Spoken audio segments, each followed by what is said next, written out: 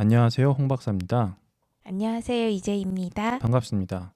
반갑습니다. 지난 시간에 탄핵에 대해서 얘기를 했는데 네. 약간 지루하셨을 수도 있어요. 사실 이게 나랑 뭔 상관이 있냐? 이 배워서 뭐 하냐? 근데 제가 성서학이라는 거는 기독교적인 입장에서 막 하는 그런 것만은 아니라고 말씀드렸잖아요. 네. 그리고 이거를 공부하는 게 여러 가지로 의미가 있어요. 실제로 타나크도 바이블이라고 성경이라고 부릅니다. 제 손에 지금 쥐고 있는데 네. 보이시죠? 여기 뭐라고 써 있습니까? 유대인의 바이블이라고 써 있네요. 영어로 써 있잖아요. 그죠? 네. Jewish Bible, 타나크 이렇게 써 있잖아요. 네.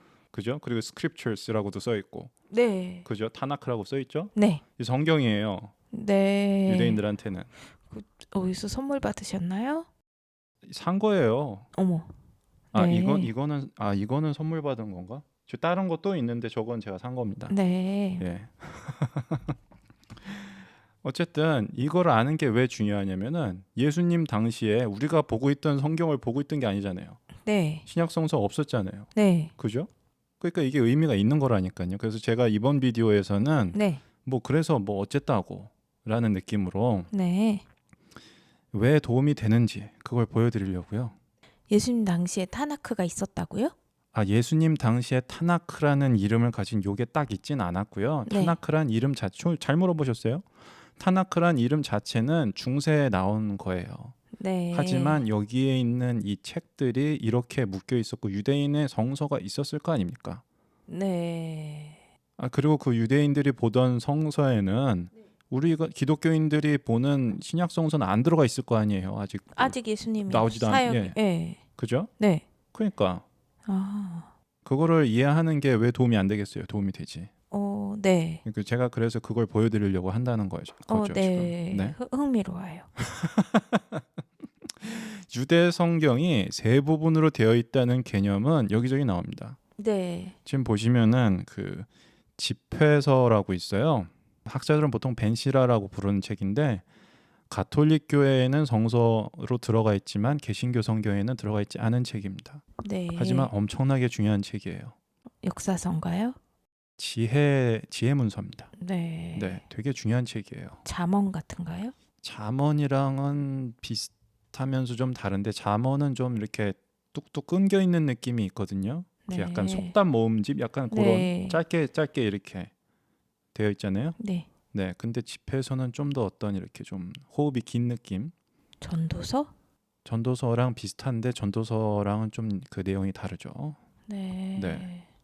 잘 질문하셨어요. 네. 네, 어쨌든 거기에 서문 이게 원래 그리스어로 번역된 건데 네. 어쨌든 여기 서문이 있어요.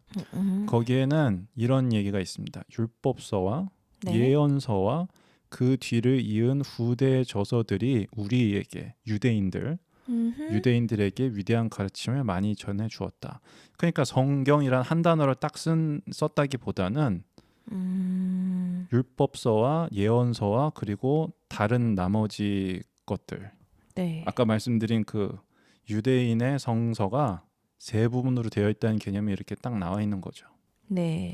그리고 누가복음을 보시면은 네. 예수님께서 그들에게 말씀하셨다. 여기서 내가 전에 너희와 함께 있을 때 너희에게 말하기를 모세의 율법과 예언서와 시편에 나를 두고 기록한 모든 일이 반드시 이루어져야 한다고 하였다. 보시면 모세의 율법이 말씀드렸죠. 토라.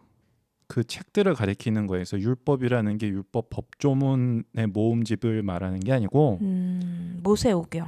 그렇죠. 예, 모세 토라를 가리키는 거고 예언서, 예언자들을 가리키는 게 아니라 예언서. 네. 그리고 시편. 이거는 이제 해석의 부분이 있는데 뜬금없이 왜 시편이냐? 이게 시편 자체만을 가리키는 걸 수도 있지만 사실은 아까 말한 성문서 키트빔이라고 있었죠. 네. 그 책의 그 모음집의 맨 첫 번째 책이 시편입니다. 네. 그래서 이게 그 아까 말씀드린 유대 성경의 세 부분을 가리키는.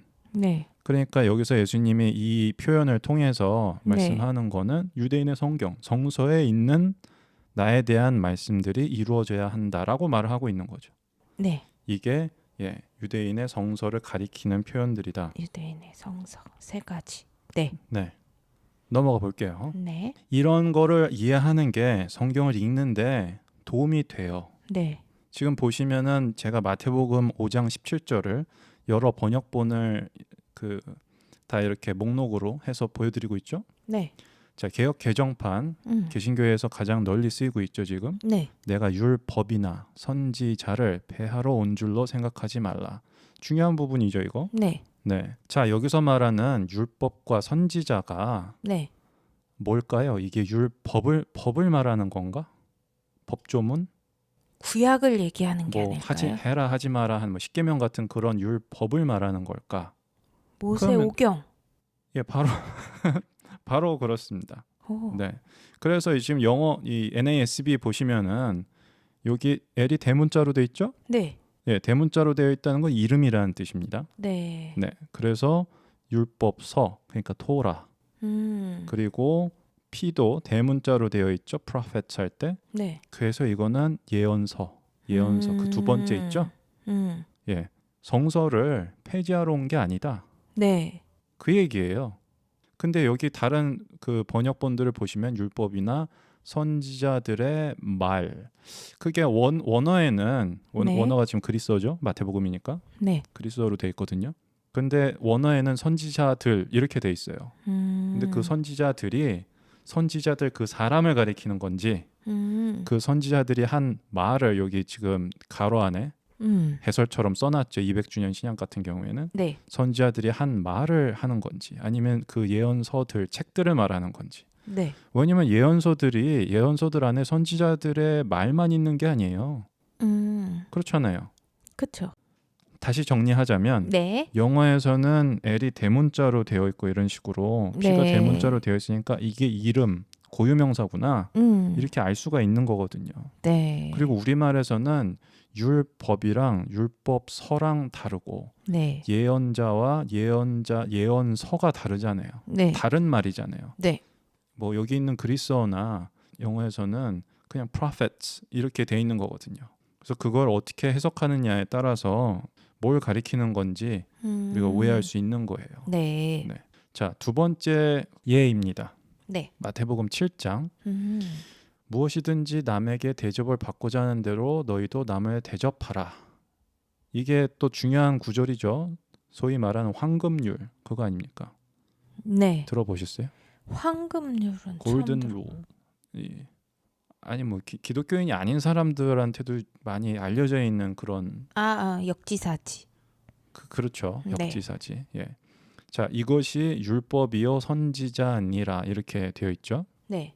그럼 여기서 말하는 율법과 선지자가 뭘 가리키는 걸까? 모세오경. 선지서. 예. 예. 그런데 이제 200주년 신약 같은 경우에 율법과 선지자들의 정신 이렇게 설명해 주는 말이 네. 이렇게 가로 안에 들어가 있죠. 네. 그리고 새 번역을 보면 예언서라고 돼 있죠. 그죠? 네. 더 정확하네요. 예. 그래서 정확하게 말하면 이것도 율법서 이렇게 되어 있으면 더 좋았을 것 같은데. 네, 네. 그래서 유대 성경, 유대인들에게는 성경이었던 그 성경을 다 합쳤을 때 이 제일 중요한 이게 그 본 뜻이 이거다. 그 얘기를 하고 있는 거죠. 네. 그죠? 그러니까 율법, 선지자만 하면 좀 더 좁아지는 거잖아요. 네. 맞죠? 네. 네. 이제 세 번째 예입니다. 네. 자, 요번에는 좀 더 세 번째 연습 문제니까 더 어려워요. 헷갈릴 수 있는 부분이라는 네. 얘기죠. 예. 자, 로마서 3장 21절. 이제는 네. 율법 외에 하나님의 한 의가 나타났으니 율법과 선지자들에게 증거를 받은 것이라. 율법과 상관없이 하나님의 의가 나타났는데 그 의가 율법과 예언자들이 증언한 거라고요? 그게 도대체 무슨 얘기예요? 그러니까 하나님의 의는 나타났는데 스스로 있게 된 것이죠. 무슨 뜻인지 잘 모르겠죠. 네? 예? 아니 로마서 사람들이 로마서 어렵다 그러잖아요. 네. 로마서가 어려운 이유 중에 하나가 이런 것도 있지 않을까 이런 생각이 들어요. 네. 그러니까 우리가 지금 이거를 타나크에 대해서 여태까지 얘기한 게 네. 도움이 된다니까요. 네. 보세요. 처음에 얘기하는 거는 율법에 대한 얘기입니다. 율법. 네. 그럼 법률로서의 율법. 율법과는 별개로 apart from 별개로 하나님의 의가 나타났는데 그 율법과는 별개로 나타난 하나님의 의가 사실은 구약 성서, 히브리어 성서에 나와 있다라는 얘기입니다. 그러니까 첫 번째 말하는 이 율법은 법률적인 의미에서 율법을 말하는 거고요. 아, 뒤에는 율법서, 그렇죠. 예언서. 율법서, 예언서를 말하는 거죠. 그러니까 딩동댕. 성서를 가리키는 표현인 거예요. 율법과 예언자들이 그러니까 이거를 네. 율법서와 예언서들의 증언된 것입니다. 이렇게 얘기를 하면 이해가 될 텐데 율법과 상관없이 율법이 증언한 도대체 무슨 소리인지 모르겠잖아요. 살짝 헷갈리네요. 살짝 헷갈리죠. 제가 설명 안 해주면 좀 이해하기 어려울 것 같지 않아요? 근데 어떤 그런 느낌적인 느낌으로 그냥 넘어갔을 것 같아요. 그렇죠. 네. 근데 이렇게 배우고 나니까 좀 확실한 부분이 있죠. 네. 네. 도움이 실제로 된다 이런 얘기를 하고 싶은 거예요. 네. 네. 도움이 되었어요. 도움이 되었다니 다행입니다. 그래서 정리를 할게요. 네. 유대 성경, 유대인의 성경을 가리키는 표현들, 네. 율법서와 예언서, 그리고 이제 율법서를 네. 율법서라고 안 하고 모세 네. 이름으로 치환해서 가리키는 경우도 있거든요. 네. 그래서 이 두 가지 표현이 다 유대 성경을 가리키는 표현입니다. 네. 예. 그리고 율법서와 예언서와 그 뒤를 잇는 후대의 저서들이라는 집회서에 있는 표현들이라든지 네. 아니면 누가복음에 나와 있는 표현들을 보면은 네. 세 부분을 언급하는 때도 있다. 네. 그래서 이게 성서를 가리키는 표현들이다. 네. 아시겠죠? 네. 네. 명확하네요. 네. 타나크는 고유 명사. 네. 유대인의 성경을 가리키는 고유 명사. 그래서 그 주요 부분 TNK에서 하나씩 네. 따와서 만들어진 말이고요. 네. 그래서 유대인들의 삶 속에서는 이 타나크가 가지는 역할이 네. 좀 다른 느낌이라는 얘기 했죠. 아까 네. 다섯 두루마리 얘기하면서 명절 때마다 네. 네. 네. 매년 명절 때마다 그 성경들이 읽으니까 예. 에스더를 읽으면서 부림절 때 읽으면서 그러니까 그게 역할이 좀 다른 거죠. 네. 그리고 유대 전통도 우리가 보게 되는 것이고 네. 이 세 부분을 보면서 유대 성경의 역사적인 발전 과정도 보게 되죠. 왜 네. 다니엘서가 예언서에 안 들어가 있냐 뭐 이런 거라든지 왜 역대기는 거기 맨 끝에 거기에 있는가 타나크의 맨 뒤에 있는가 뭐 그런 거라든지 타나크의 맨 뒤에 있는 거는 역사적인 순서 때문에 그런 거죠? 기독교의 성경에서는 네. 그 다른 역사서들이라고 부르는 책들이랑 같이 붙어 있잖아요. 네. 네네. 그리고 약간 시기도 역대기에서 다루는 시기도 겹치니까 그렇게 되어 있는데 이게 역사적인 발전 과정에서 보면은 비교적 후대에 나온 책이기 때문에 이미 이 예언서라는 그 유닛이 완성된 다음에 예, 이게 됐기 때문에 다니엘서, 역대기, 시편, 잠언 이런 다니엘 이런 책들이 약간 나머지가 다 들어가 있는 예, 그런 세 번째 부분이 되었다. 네. 이렇게 보시면 되겠습니다. 네. 네, 그거예요. 네. 예, 그러면 다음 비디오에서 만나겠습니다. 감사합니다. 수고하셨습니다. 네.